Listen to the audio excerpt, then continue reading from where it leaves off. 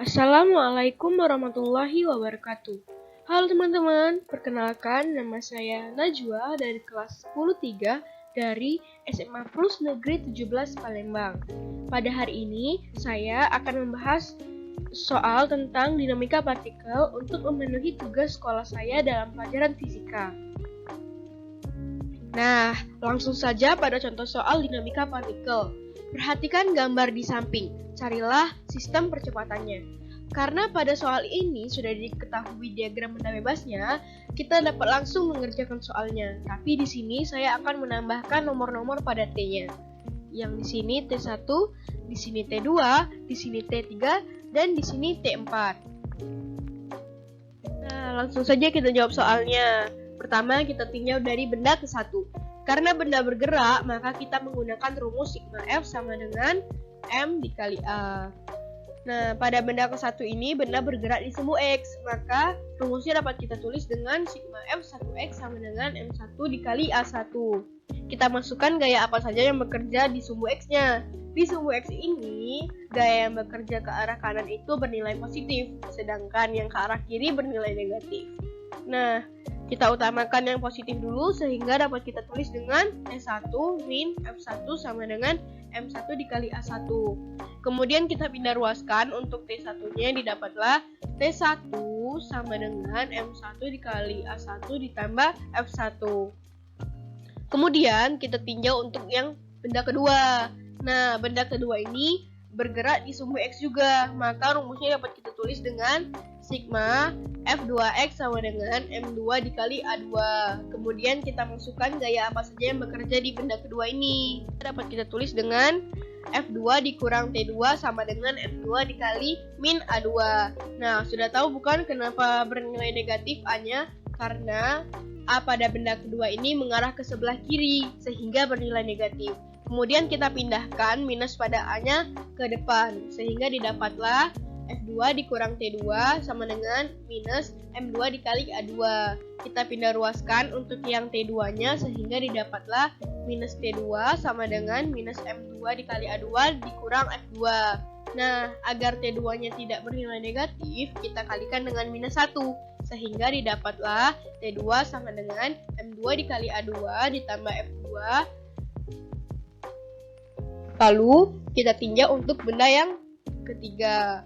Nah, benda ketiga ini bergerak di sumbu Y, maka rumusnya dapat kita tulis dengan sigma F3Y sama dengan M3 dikali A3.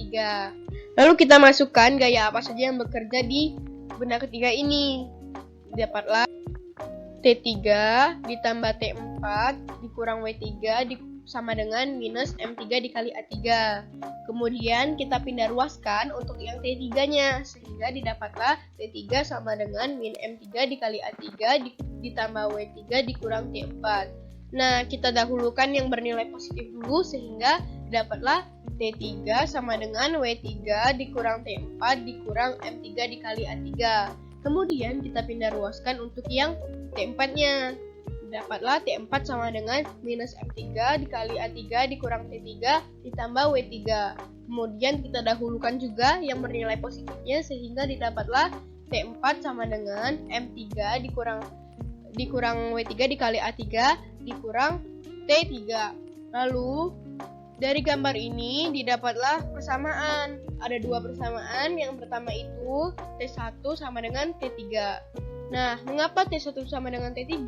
Karena T1 dengan T3 itu berada pada tali yang sama, sehingga didapat persamaan T1 dan sama dengan T3. Kemudian ada persamaan kedua, yaitu T2 sama dengan T4. Alasannya sama, karena T2 dan T4 itu berada pada tali yang sama, sehingga didapatlah persamaan ini. Kemudian kita substitusikan persamaan pertama, yaitu T1 sama dengan T3. Dapatlah M1 dikali A1 ditambah F1 sama dengan W3 dikurang T4 dikurang M3 dikali A3. Kemudian kita pindah ruaskan untuk yang T4-nya. Didapatlah minus T4 sama dengan M1 dikali A1 ditambah F1 dikurang W3 ditambah M3 dikali A3. Agar T4-nya tidak bernilai negatif, maka kita kalikan dengan minus 1, sehingga didapatlah T4 sama dengan min M1 dikali A1 dikurang F1 ditambah W3 dikurang M3 dikali A3. Lalu kita dahulukan yang bernilai positif dulu sehingga didapatlah T4 sama dengan W3 dikurang M1 dikali A1 dikurang F1 dikurang M3 dikali A3. Nah, lalu kita substitusikan lagi untuk persamaan kedua yaitu T2 sama dengan T4. Nah, untuk T4-nya kita menggunakan T4 yang baru saja kita dapat tadi.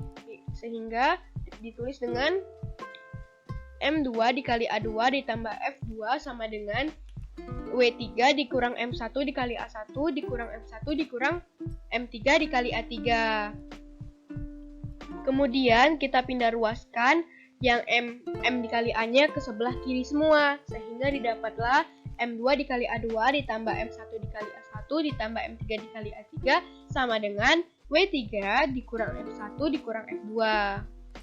Lalu, karena di sebelah kiri A1, A2, A3 itu sama dengan A, maka boleh kita keluarkan A-nya. Dapatlah A tanda kurung M1 ditambah M2 ditambah M3 tutup kurung sama dengan W3 dikurang F1 dikurang F2.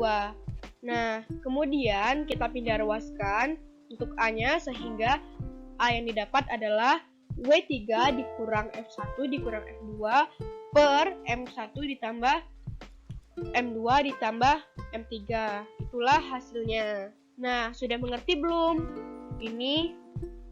Ini sudah termasuk pembahasan soal tentang dinamika partikel. Nah, agar kita mudah mengerjakan soal-soal dinamika partikel ini, kita harus mengetahui konsepnya dulu. Terima kasih, sampai jumpa di lain video. Semoga bermanfaat ya. Wassalamualaikum warahmatullahi wabarakatuh.